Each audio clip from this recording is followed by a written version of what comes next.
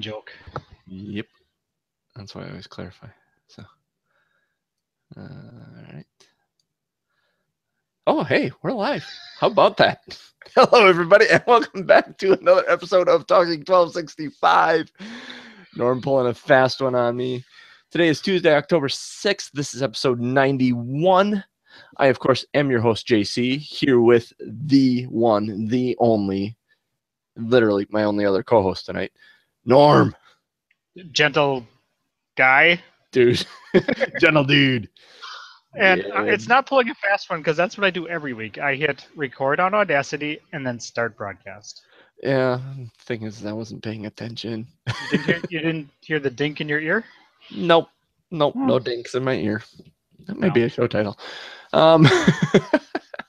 Just one this week. Just one this week, yeah. On today's show, if we of course are going to follow what has become the norm, and I'm not talking about him.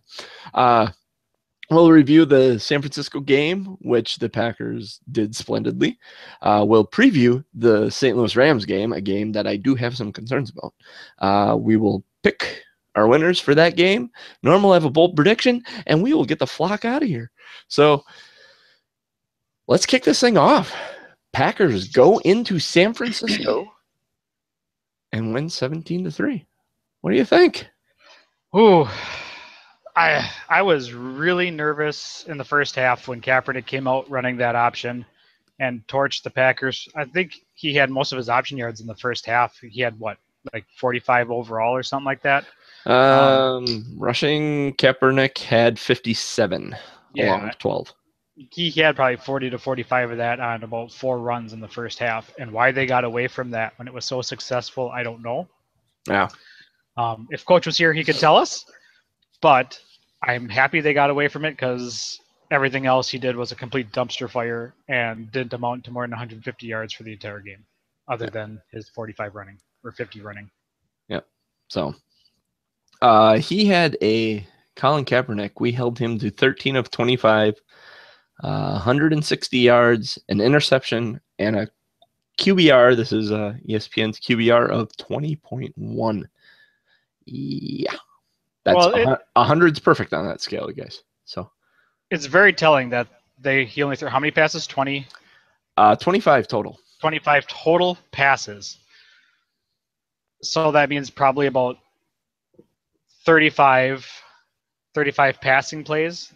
When you're down by only really, 2 touchdowns, that's very telling that you don't trust your quarterback to be throwing the ball more than that to get you back into the game. Did you see some of the? You did see some of those throws. I could throw better than some of those throws. He alligator armed it probably about 6 times, where he just short armed it and bounced it right in front of the receiver with no pressure on him. Released it nose down and went straight into the ground. And I don't understand how he could. And I don't think he was ever necessarily a great quarterback. He was serviceable when he got in the league. You chalk it up to rookie woes. You throw him in there right away, and he has to learn.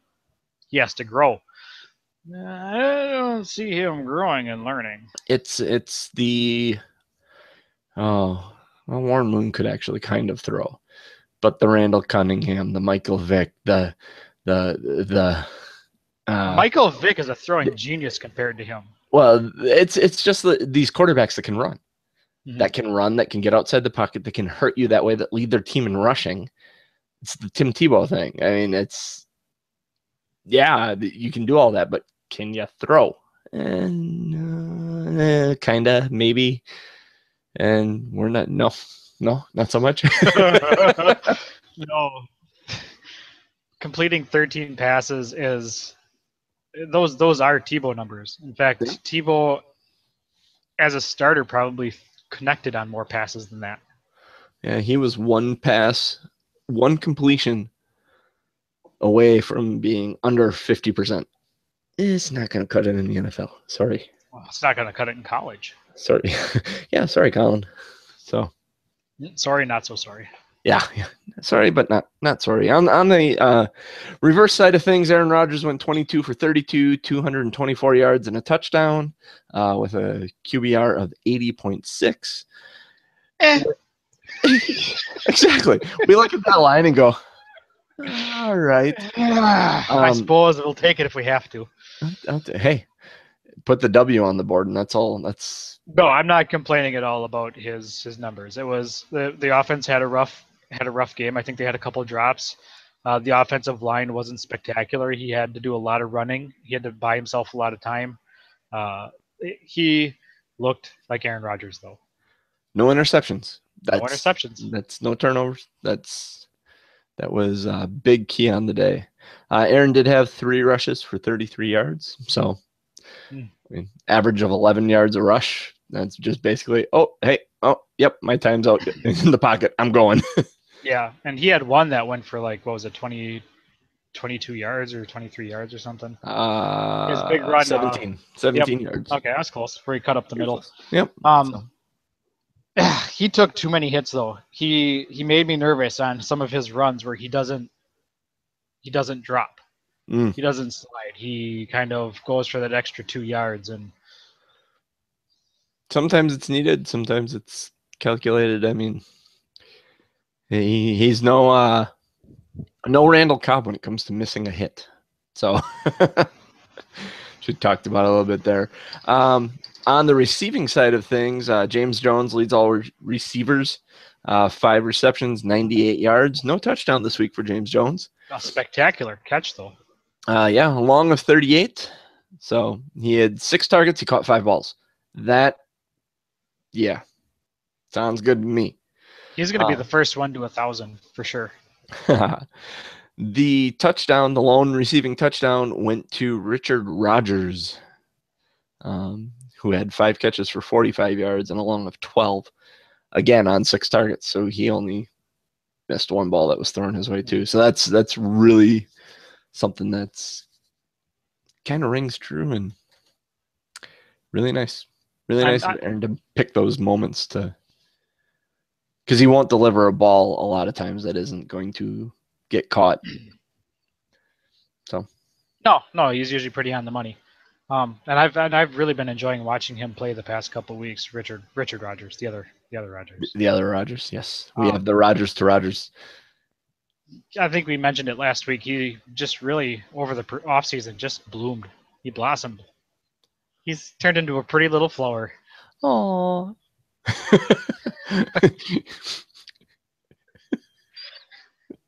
Is that wrong? Calling a 6'5" bulking tight end a delicate little flower? Is that you calling him that? That rings kind of funny to me. He'd probably call you that. Oh, it's always got me by like 7 inches. Whatever. Not the most prolific day. Things did go well in the passing game though, well enough. The rushing game, Eddie Lacy. This is hard for me to believe. He had 18 carries for 90 yards. Like, he didn't seem like he played that much. No, my guess is he played 18 snaps. I'm sure you're probably right. I don't, because there was, well, let's count the number of guys they had in the backfield. Cobb, Lacy, Starks, Montgomery, Kuhn. Yep. Rodgers was back there once, wasn't he? It's not listed here. He might have been back there, but he wasn't. The ball wasn't handed to him. There were 5 men that had rushes: Lacy, Rodgers, Starks, Montgomery, and Kuhn. Kuhn with the touchdown. Oh yeah, no, I was counting Rodgers just as being in the backfield. How's this for a stat line for a fullback? 1 carry for 1 yard for 1 touchdown with a long of 1. 1, 1, 1, 1, 1, 1, 1. You know what that means? Money. Means we're number 1. So, sure. Rushing game looked good. This was a solid game. This wasn't a game where we blew them out or anything or looked spectacular. But when you think about this game, and it's even more amazing, when we get to the defensive side of the ball, that's actually where things got pretty well lit up. But you think about this game. This game was a game played on a short week. We played on Monday night. We went cross country. We went all the way to San Francisco, which A, is a tough place to play, and B, has been known to have a tough defense. So on a short turnaround, on a cross-country trip against a tough defense in a tough place to play. We still won. I would argue that this was a more complete game than the Seattle game, or more of a complete game than Kansas City, I should say, not Seattle. Maybe they played all 4 quarters tough. They didn't drop back into prevent defense in the fourth quarter this week. Yeah. The kicking team did well. The defense played lights out from start to finish, and the offense kept its steady pace. And in the fourth quarter, when they needed to break those runs off, they did. Yeah, that was actually a really nice thing. Speaking of the running game, in this game, this is the first time I actually feel like they had a lead, and you could actually see them working the clock with the running game. Like, it was really clicking. They just kept first down, grind it out, first down, grind it out, first down. Just kept that clock moving and eating up that second half. So, switching over to the defensive side of the ball, Mr. Clinton Dix with a 7-tackle day. That is, and those are solo tackles, folks. That is a good day for the man. Good day for the man. Yeah, he was all over. It was the whole defense was all over. Mm-hmm. A couple of sacks. Where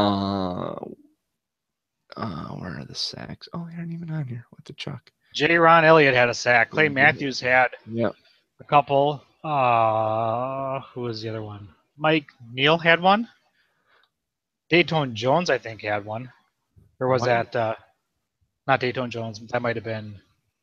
Who's the other guy that hasn't played in 4 years? Nick Perry? Yep. QB hits here. Nick Perry had 2, Peppers had 1, Matthews had 2, Mike Neal had 1, J-Ron Elliott had 1. So it was a productive day. The defense, it was the first time I felt like the defense was firing on all cylinders and taking it down.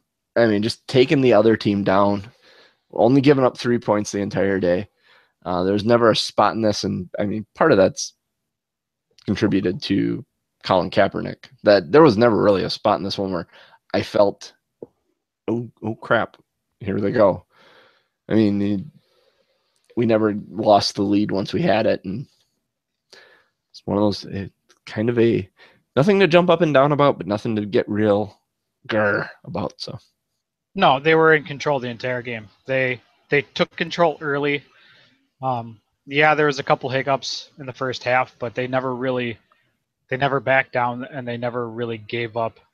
When they did give up the big yards, they didn't give up back-to-back big yards. Yeah, definitely. So, overall, now looking at it, and I don't have the stats for this, so how do I do this? Filling air, radio silence. I dance, but this is an audio podcast. Oh crap! I don't have the team stats here. Yeah, that's fine. We can go with those stats. Our glorious show notes are non-existent this week.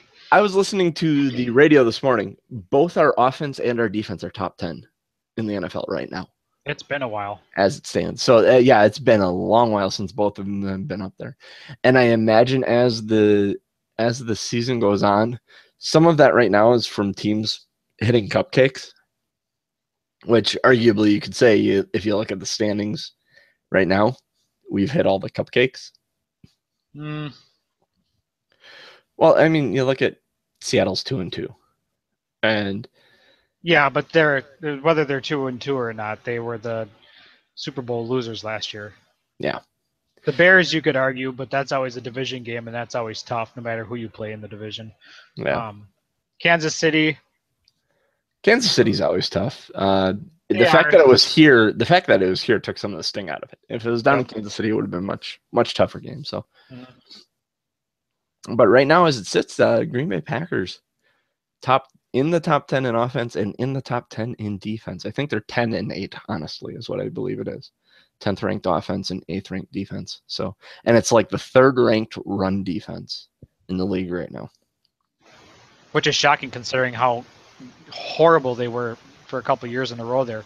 Which is freaking epic when you consider it was Matt Forte, Marshawn Lynch, and Jamal Charles.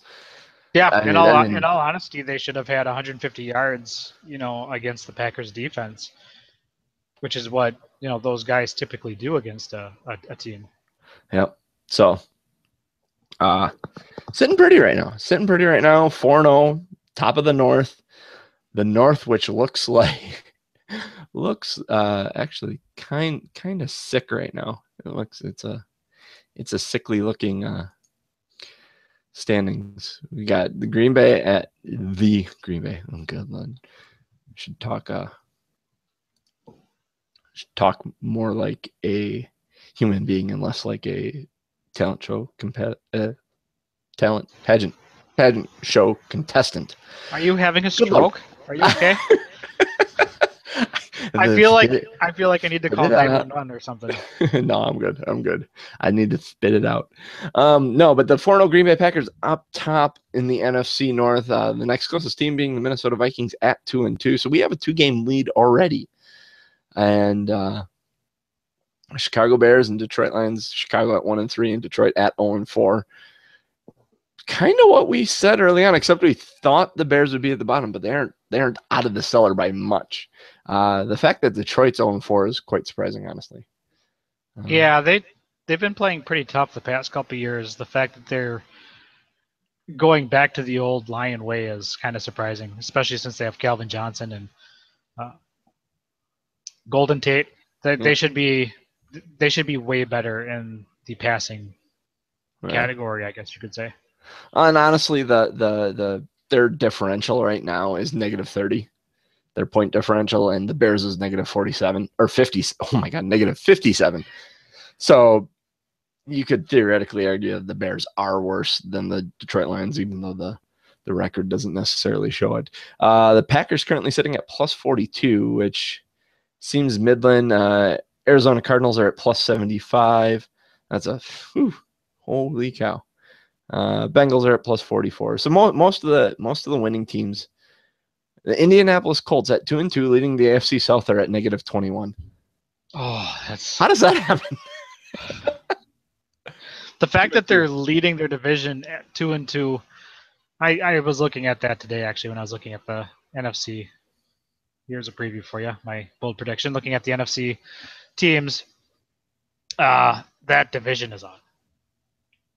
Oh, it makes my head hurt, man. That division's a dumpster fire. But most of the good teams in the NFL right now, in fact, top couple of teams, obviously Arizona's running away with it at +75 when you're looking at this stat specifically. Atlanta Falcons are +44. The Carolina Panthers are +37. Like I said, the Packers are 42. Then I got to be honest with you, the Falcons are surprising me this year. I did not see this coming. Now that's a division that I feel like every year that could go any way because all those teams are decent enough that it's just pretty much how the division itself plays out that'll determine who wins that division, which is actually pretty freaking cool when you think about it. And it should be that way. Go Panthers. Bengals at +44, the Jets at +40, and the Patriots at +49. So those are your, as far as point differential, your best teams in the NFL currently. Looking ahead, we are playing the St. Louis Rams. And this is on Sunday at noon, correct? Correct. In Lambeau. Noon football in Lambeau Field. I'll be there. Whoop, whoop. Oh, I hate you. How do you keep getting tickets for all these? You don't have kids. That's how. Just that cool. Yeah, and I don't have kids. All my money for Packers tickets goes to raising their children, which is I'm not complaining. They're good kids. So St. Louis currently 2-2 with a point differential of -15. So kind of a theme. That's a sneaky number, though. I feel like they're better than that. Better than 2-2. They have a home record of 1-1 and a road record of 1-1. In division, they're 2-0, and in conference, they're 2-1. So let's see, who have the Rams played? They beat the Seahawks week 1. Yep. They lost to the Redskins 24-10. And see, that to me that evens out because they shouldn't have beat the Seahawks. But I shouldn't say that because they beat them last year too. They So. lost to the Steelers 12-6. They beat the Cardinals 24-22. This doesn't look good. They beat the Seahawks by a field goal. They beat the Cardinals by 2 points.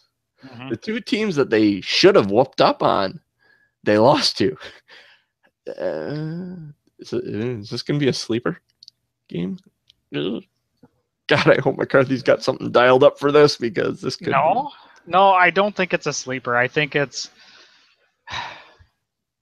the Packers need to stay in their lane. They need to not veer. They need to not try anything tricky. They just need to go out, and I'm going to sound like a cliche douche, but they need to go out and play Packer football. There you go. Yeah.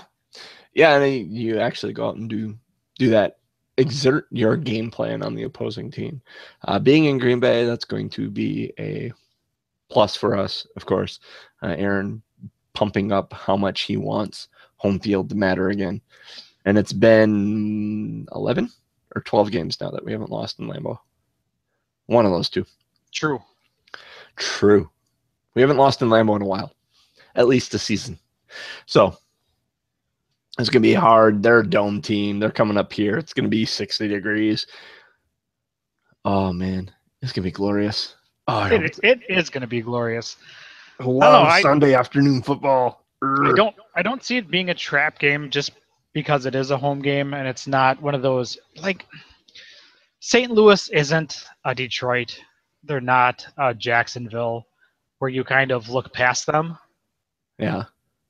I don't think anybody at this point is really looking past St. Louis. Like, nobody's really looking at them as well, this is an easy win. Yeah. Yeah, and I don't think we're actually looking on the horizon preparing for the Chargers yet. No, I do not see that being an issue. Yeah. So we'll see how this one goes. God, wow. Who is on the Rams? Oh, Tory Gurley. Mm-hmm. Kenny Britt. He plays for the Rams. Mm-hmm. Oh, Nick Foles. That's where he ended up. Yep. So he's playing for the Rams now. I don't know any of the Rams players. Rams are kind of a. Well, they kind of did a fire sale this offseason, it seemed like. Yeah. So far this season, Nick Foles is 70 for 111, 815 yards, and 5 touchdowns and 1 interception. Aaron Rodgers has 5 touchdowns in a game. Well, I was just going to say Aaron Rodgers is 89 for 123, 995 yards, and 11 touchdowns. So looking at this should be a Packer victory. Correct? Am I right? Or am I right? You are very right. What concerns me is the offensive line not holding up, because St. Louis's defensive line is actually pretty good. Yeah. So as long as they can keep Rodgers upright, it should be a smooth sailing victory. All right. So we got Coach in on a score prediction of 32-21 for Green Bay. That sounds good to me. I don't know if the Rams are going to get that much of a I like how you put Green Bay. All this picking Green Bay. This one. Oh no, I just deleted the scores. I assumed. Oh, that's all from last year. I just deleted the scores. Oh yeah, and you didn't update the records. Yeah, that's a 4-0 for me. But yeah, I think Coach is giving the Rams just a scotch too much credit. I say the Packers go away with this one, 35-14.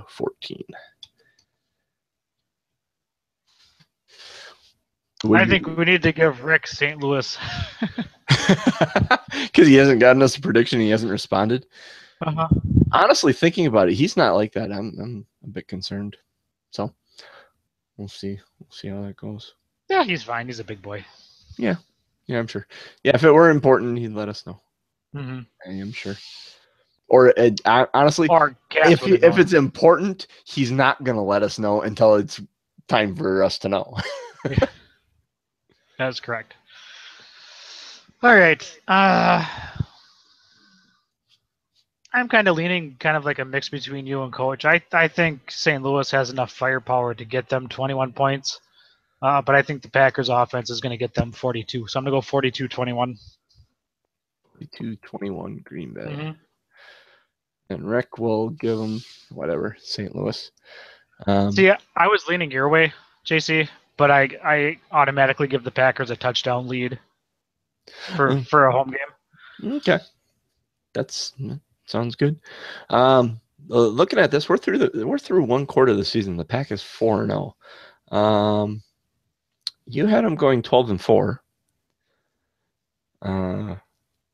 Coach had them going 11-5. I wish the other guys were here. Maybe this is a conversation. I'm going to hold off on this conversation. Are you changing your prediction? Don't mind me. 13-3. Changing your prediction here in the middle of this. There you go. 13-3 Super Bowl win, baby. All right. No. So, did we have any questions this week, or is this last week's question? Did we get to this question last week? Did we talk about this? We did not talk about that. I don't think we did, because we went long last week. We had some really good discussion, and Coach kind of got off on a couple of rants last week. Let's talk about it right now. Yeah, because there was a similar situation that they nearly went for it, but then ended up opting out of it. Or did they opt out of it, or did they actually go for it and make it? I forget what the situation was. Why? The question is, they went for it and they made it. The question is, in the second quarter of the Chiefs game, we're up 14 at the opponent's 39. It's fourth down. Do you go for it? It was 4th and 4? I don't remember. Something like that. One of those middle and like 4 to 7, somewhere in there. The question is, do you go for it? And that, I honestly, in the Chiefs game, I thought that's where we lost a good head. We had a good head of steam built up going into that. And I can understand why McCarthy or Clements would want to go for it in that situation, because up to that point, we felt unstoppable. But not making it there, which we didn't. We didn't make it there, and we gave the ball to Kansas City. And they went down the field and scored, and that was a huge momentum swing I felt in their favor that really kind of, like I said, momentum swing. I mean, granted, we came back out and went down the field and scored again, but for that, had that been in Kansas City, I don't think they go for it. And if they do go for it, I think that's even more detrimental if they don't make it. I like the call going for it at home on the opponent's 39. It's a bummer we didn't make it, and we'll hindsight guess that all the time when they go for something like that and don't make it. This week, when they went for it, they made it. All right, cool. Put a fork in them. They're done. Mm-hmm. Yeah, that's always the question, isn't it? It's you're up by 14. You're in that in between spot where you're 2 yards away from a long field goal. You're far enough away to where you can punt it comfortably, but you're close enough to where you're like, you know what? I could probably get that extra 3 yards. And the big question is, if you go for it and you miss it, is the other team good enough? Are they going to bolster themselves up enough to go down the field and score? Is that going to change the tide of the game? Or can we really risk doing that against the team that we're playing against? That is true. And that's the thing. I mean, up until that point, Kansas City still hadn't thrown a passing touchdown. No, they hadn't done much of anything. So it's like, yeah, you turn the ball over to them, but their offense, you're shutting down the run. They had been shutting down the run fairly decently up to that point. Their offense was almost non-existent. So I think it's in that light, it is the smart move because of the team you're playing against, the position that you're at. You are at home, so you're not going to have the crowd automatically get into it and bump the defense up or bump the offense up if you don't get it. Yeah. Like you said, in Kansas City, you don't go for it. In Kansas City, you either punt it, or if you think your kicker's good enough or the conditions are right, you really could go for a field goal. You're looking at like a 56-yard field goal. Yeah. That's stretching it. Kansas City's outdoors. In a dome, you go for it. Yeah. Mason could bury that. Or Denver. Or Denver. It depends. Is it windy in Denver or not? Yeah. But even the wind is thin up there. That's a thin wind. A thin wind. No comment. Ultimately, yes. Yeah. To answer the question, yes, I think it was the right call. And with all those circumstances, it turned out in the Packers' favor in the end of the game. So whatever. Yeah, whatever. We win. We win last week. We win the week before. It's all good. So all we do is win. I should stop singing, right? Yeah. Sometimes life is rough. I gotta knock on wood. All right. So I forget who sent us that question. It isn't even annotated here. Yeah, I don't know where it came from. Whoever sent the question, thank you very much for the question. If you have a question for us, you can get us on Facebook. You can get us on Twitter, facebook.com/talking1265, Twitter @talking1265. You could also, we still do have email, right? We do. Somewhere. We never advertise it. You could go to our website though. And our website's going to have a link to get in contact with us, right? And all our information to contact us will be there. Yes. Yes? You look nervous. I had to think about that for a minute. Yeah, everything should be there. We have a contact us site on our website. And, of course, my phone would ring right now. That's going to be annoying. I hope one of my family members picks that up quickly. Bold prediction? Yeah, hang on a minute. All right, cool. My phone stopped ringing. All right. Sorry about that. I may edit that out. Norm, do you have a bold prediction for us? I think you need to leave it in. I probably am going to. That sounds like a lot of extra effort. It's not too bad. It's just a matter of highlighting some stuff and hitting clip. And it goes. So. Yes, I do have a prediction. This week, as I mentioned earlier, I'm doing the NFC playoff teams. NFC playoff teams. Where's your bold prediction? I got to be Rick this week because he's not here.